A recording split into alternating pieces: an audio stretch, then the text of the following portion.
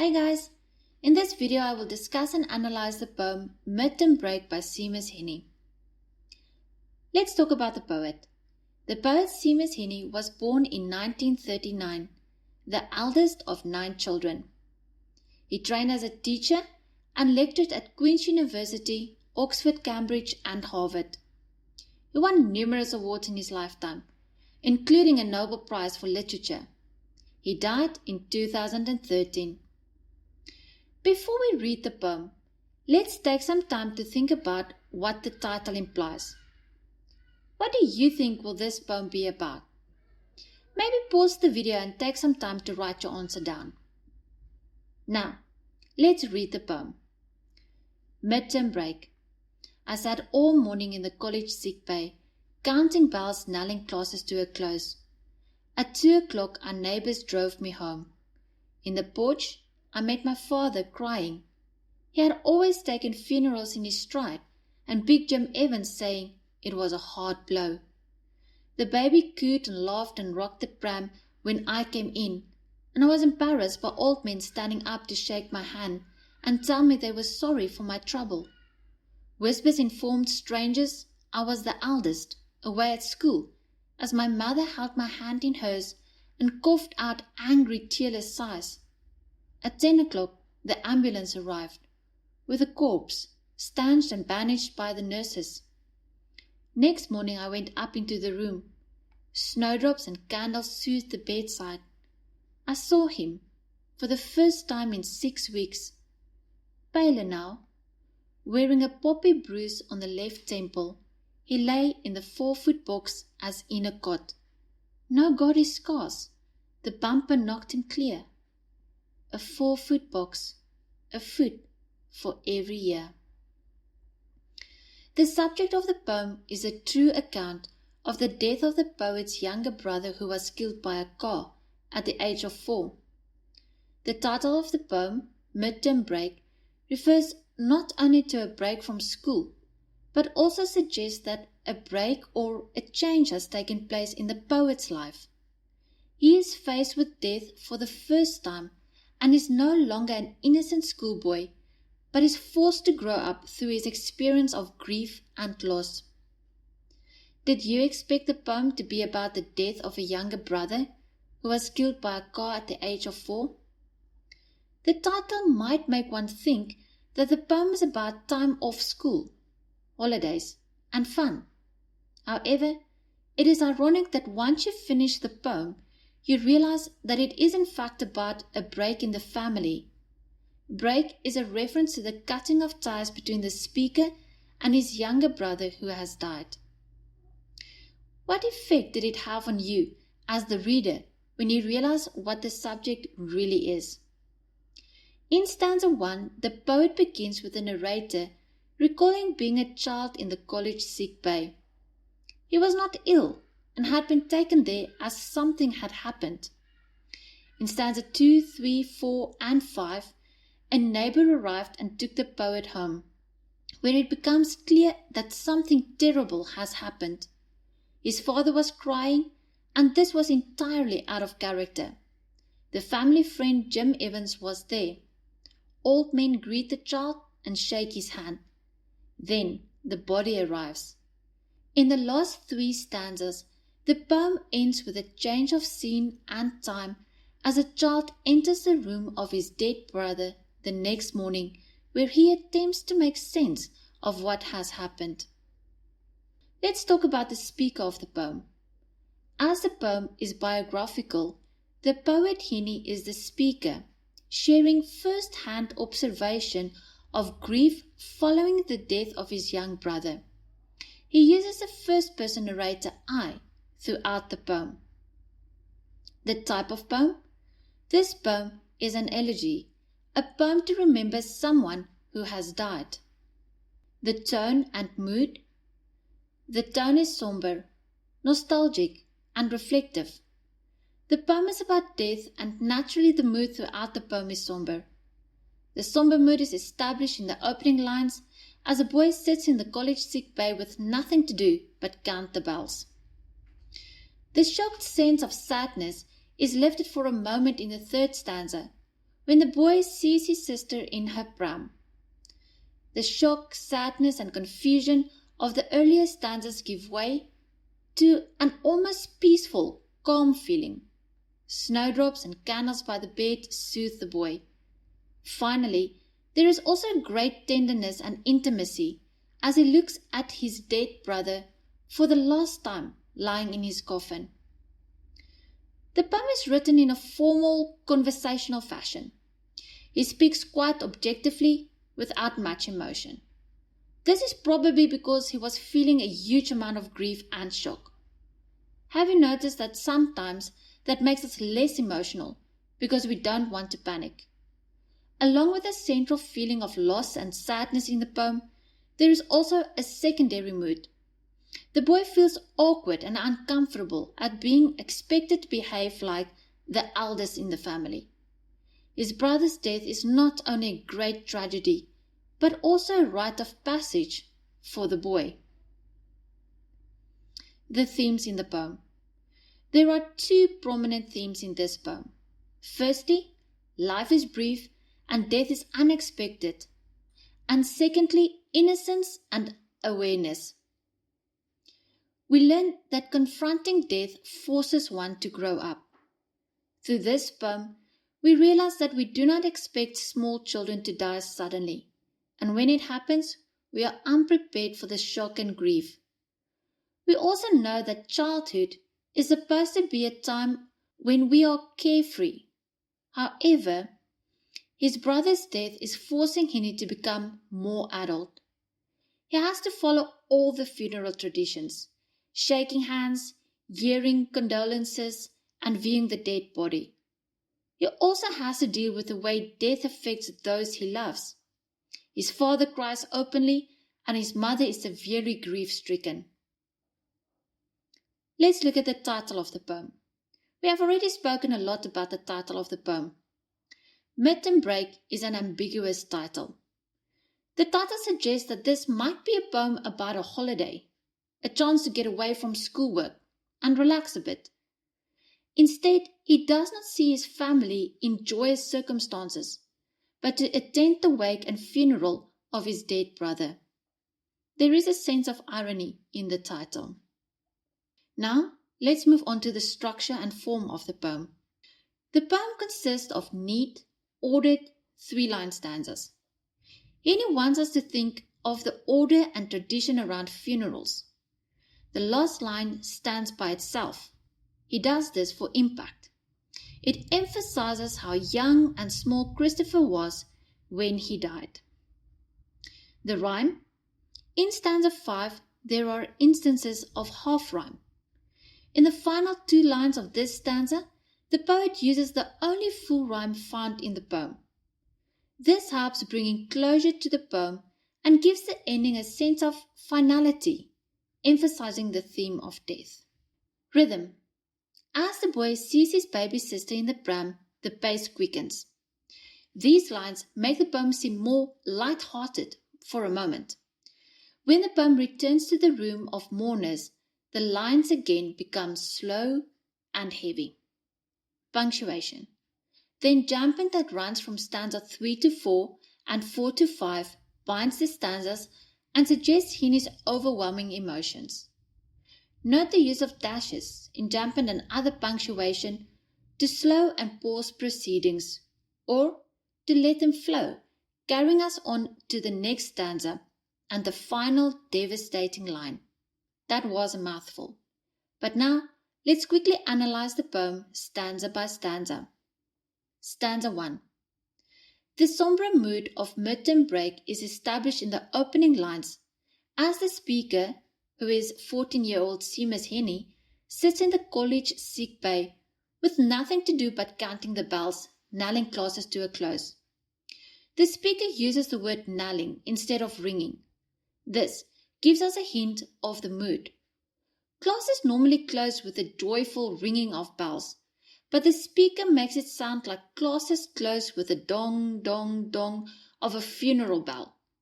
Plainly, the speaker is thinking about death to such an extent that all the bells that he hears sound like funeral bells to him. This gives the reader a clue that there might be a death in the speaker's family. He later gets picked up by neighbors from school, and this confirms that something is wrong. In line 1, Heaney is waiting in the sick bay, a room used for sick people, to go home. He is waiting there alone, which creates a sense of isolation. He feels alone. The reader knows he is not ill. From the start, there's a suggestion that something isn't quite right. He was isolated from other children and rather bored, so he sat there counting bells. Notice how the poet uses the word knelling instead of ringing. A knell is a funeral bell. Knelling is an example of onomatopoeia because the word represents a sound. This gives us a hint of the mood. The bell, which is bringing classes to an end, reminds the boy of a church bell knelling for a funeral mass, and perhaps is forewarning him of the death he is about to face. This can also be referred to as foreshadowing. He had to wait until 2 o'clock for the neighbors to take him home. As he waited, he had lots of time to think. His parents either don't have a car to pick him up from school, or maybe they are not capable because they are too traumatized. The inversion stresses the time Heaney waited. Stanza 2. The second stanza begins with a stark, sad image of the speaker's father waiting for him to return. Here, as we see his father crying, this indicates that something terrible has happened. The father is presumably crying in the porch because he does not want to weep in front of the family. It is a strange moment for the speaker when he sees his father crying. This was totally out of character, since the father has never been bothered by funerals before. He is apparently always strong at other funerals. This appears to be a close-knit community. Hence Big Jim Evans, a neighbor or a family friend, says it was a hard blow, which means a terrible blow. The phrase hard blow has a figurative and a literal meaning. The literal meaning is that the car hit the boy quite hard.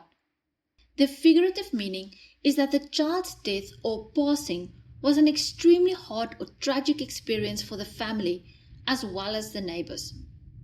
There is an extreme contrast between the father's behavior in stanza 2 and the baby's siblings' behavior in stanza 3. The father is crying because he is experienced and he understands what has happened. The baby's sibling in stanza 3 is detached, unaware and innocent.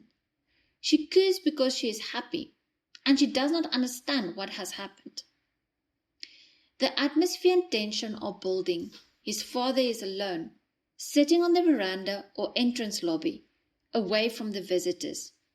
He is either there to greet visitors or otherwise he went out to hide his feelings. He is crying. A tough man showing emotion is something the speaker isn't used to. His father had never found it difficult to deal with funerals and the accompanying emotions before. This emphasizes how completely unexpected the child's death was and how deeply his death has touched the father. Jim is a family friend bringing his condolences. Hard blow is figurative for a sudden or severe shock. Literally, it also refers to the car hitting his brother.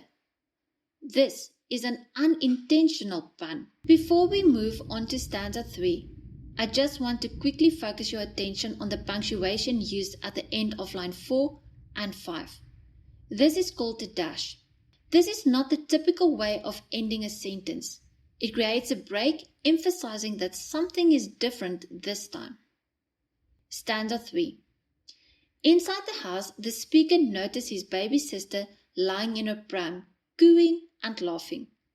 The baby is happy because she is too young to understand what has happened. The baby is the only one who is happy in this house. She does not even realize that the house is filled with strangers. What has happened forces the speaker to grow up. As the eldest in the family, he is treated as an adult by neighbors. Old men stand up to shake his hand as he, a young boy, enters the room, treating him as a mature male member of the family, and he feels embarrassed. He's not used to the idea of being taken seriously by old men because children are normally ignored, often seen but not heard. The neighbors even refer to him as the eldest, which makes him question whether he now has some kind of responsibility or even some unknown expectations that the eldest might have of him. Heaney softens the mood slightly by introducing us to a baby who is the only one who does not understand death. She coos and laughs. The word coo is an example of onomatopoeia. The baby is too young to understand what has happened. This is the only line that contrasts the rest of the somber mood. This creates an antithesis. The child's innocent joy at seeing her elder brother versus the sadness of the rest of the people. He had never dealt with death before. Therefore, he did not know how to respond when people paid their condolences. He is not used to adults treating him as an adult. We see a reversal of roles. Usually, younger people get up to greet older people coming into a room. But now, the older people stand up to shake his hand, to sympathize with his loss. This makes him feel uncomfortable. He now has to behave like a grown-up and support his mother. In a sense, this profoundly sad death in the family is forcing him to grow up, and he's finding it understandably hard. Stanza 4. The speaker hears whispers. People in the room mention that he is the eldest and is still at school. The speaker does not appear severely grief-stricken like his mother. He emerges as the strongest character in his family. The neighbors' behavior is strange, almost ironic. They view the speaker as a solution to the problem at hand, since the father and the mother are severely grief-stricken. On the contrary, despite losing a child, the mother is not blind to the fact that the speaker is still a child and needs to be comforted. The mother holds the speaker's hand. People usually say, "We are sorry to hear about your terrible loss." This is a difficult subject to talk about. Therefore, they use the word trouble instead. The word trouble is an example of euphemism for death. These are empty condolences, since death is not trouble. It is a tragedy or heartbreak. Trouble is something that usually passes. The death of his brother is permanent. People whisper when they are uncomfortable or don't know what to say. Whispers is personified. It indicates the idea of secrecy.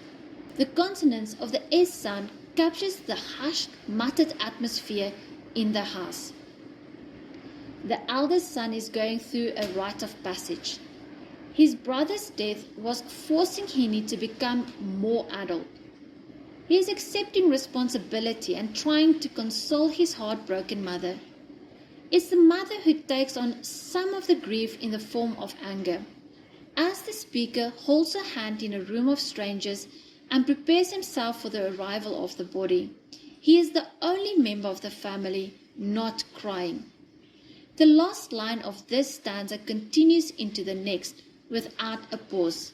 This is called enjambment. Stanza 5.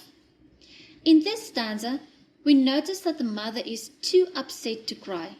Instead, she coughed out angry, tearless sighs. In this stanza, we learn the cause of the tragedy in this family. An ambulance arrives with the bandaged body of the speaker's 4-year-old brother, who was killed by a car. The corpse had been stanched and bandaged by the nurses, in other words, cleaned by the nurses to stop bleeding. This is representative or symbolic of the failed attempts to save the child. The speaker refers to his dead brother as a corpse.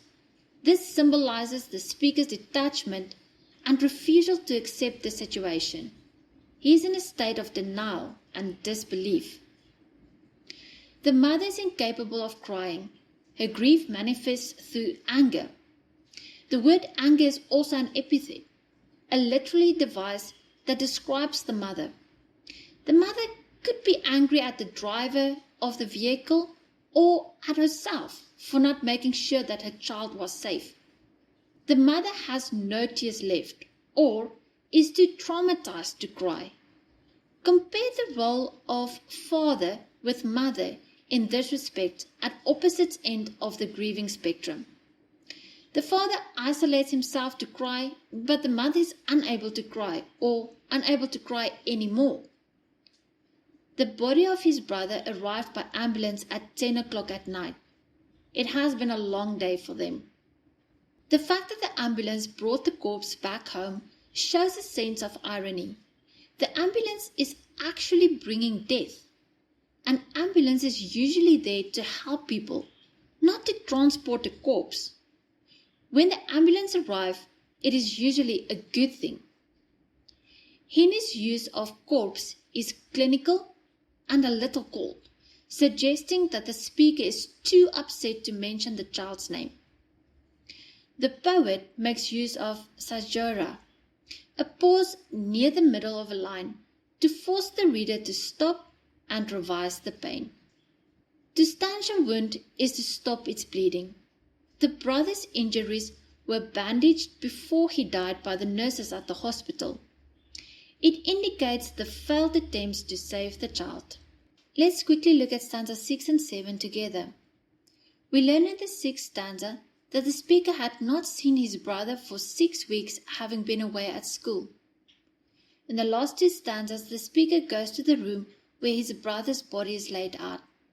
The calm mood is shown in the serene picture of snowdrops and candles that soothe the bedside. Snowdrops are small white early spring flowers. In this case, they symbolize life after death. The imagery used in these 2 stanzas show a state of transition from being numb to being at peace with his brother's passing. This is evident because he no longer refers to his brother as a corpse. Instead, he uses phrases like, "I saw him," "he lay," "knocked him." This signifies acceptance of the whole situation. This is an encounter that the whole poem has been moving towards, the climax. The words "paler now" hang at the end of the stanza, causing a sad pause. The dead child has no gory scars. He was not disfigured. There is a great tenderness and intimacy as the speaker looks at his dead brother for the last time lying in his coffin. The dead boy is lying calmly. It looks like he was not scarred by death in any way. Note that the speaker says that his brother is wearing a poppy to indicate that his brother is bruised. The speaker feels that the bruise is foreign. It is not a part of his brother. He sees him as metaphorically wearing a poppy, as though it is something that can be removed. The use of the word poppy is an excellent choice, since it symbolizes remembrance. His brother is lying in wake in his room. It is no longer seen as a bedroom. Now it is a place of mourning. This is for relatives and friends before the burial. The next day, however, he feels compelled to go upstairs to have one last personal meeting. The calm mood is shown in the serene picture. Snowdrops are the first flowers to show in winter, bursting through the cold earth, sparked by the increase of light. They are a symbol of hope and new life. Heaney's language now is much more poetic than it was when he referred to his brother as a corpse. Note the personal pronouns him, his, he, as opposed to the corpse. White flowers and candles comfort and calm the people as it symbolizes purity. Candles are associated with prayer. It is also a symbol of life. The use of the word soothe reflects the healing qualities of the peaceful room where the body lies. This is also an example of personification. The candles soothe the bedside. It softens or eases the harshness of viewing a dead child. He has been at boarding school for 6 weeks and never saw his brother. Now, when he does see him, he is much paler because he is dead. The alliteration of the soothing S sound in lines 16 to 18 creates an atmosphere of tranquility and serenity. Stanza 7. This is a metaphor. The bruise is compared to a poppy. A poppy is a red flower associated with death and remembrance. The temple is a flat part of either side of the head, between the forehead and the ear. There is the dead child wearing a bruise, which implies it's not a part of him. It's just a temporary thing. Normally if you wear something, you can just take it off, like a jacket. But death is permanent. Poppies are linked to peace and are also a source of opiates, which ease pain. The word box is an example of euphemism. It is easier to say box than coffin. The child appears as if sleeping, giving us a simile. The ugly corpse, stanched and bandaged, becomes a sleeping child with no gory scars, dead, but ironically not disfigured. The car didn't run him over, but hit the boy directly on the head.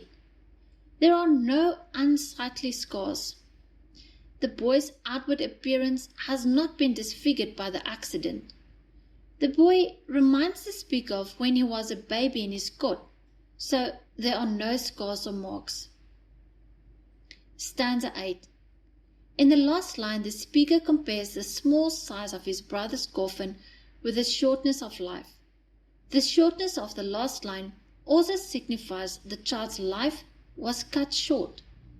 In the last line, the speaker uses sound devices like alliteration, assonance, repetition, and a censural pause to emphasize the age when his brother died. The small coffin becomes a sign of the briefness of life. The alliteration of the F sound creates a feeling of aggression and finality. It makes one realize how small the box is and how young the boy was. It indicates that the speaker is justifiably angry and bitter at the waste of life that has occurred. The last line is full of pathos. The 4-foot box measuring out the life of the victim in years. Note the full rhyming couplet which seals up the poem, reminding us of how easy it is to die from a single blow of a car bumper, but how challenging the grieving process becomes that must inevitably follow. All death is sad, but these circumstances were particularly tragic because his brother was very young and he died in a car accident. During the course of the poem, the poet accurately describes a number of feelings experienced by him. You can go through the list yourself. That concludes our analysis of the poem. I hope you found it helpful. I will leave you with a quote from another of Heaney's poems, which is also the inscription on his headstone. Walk on air against your better judgment. Have a great day.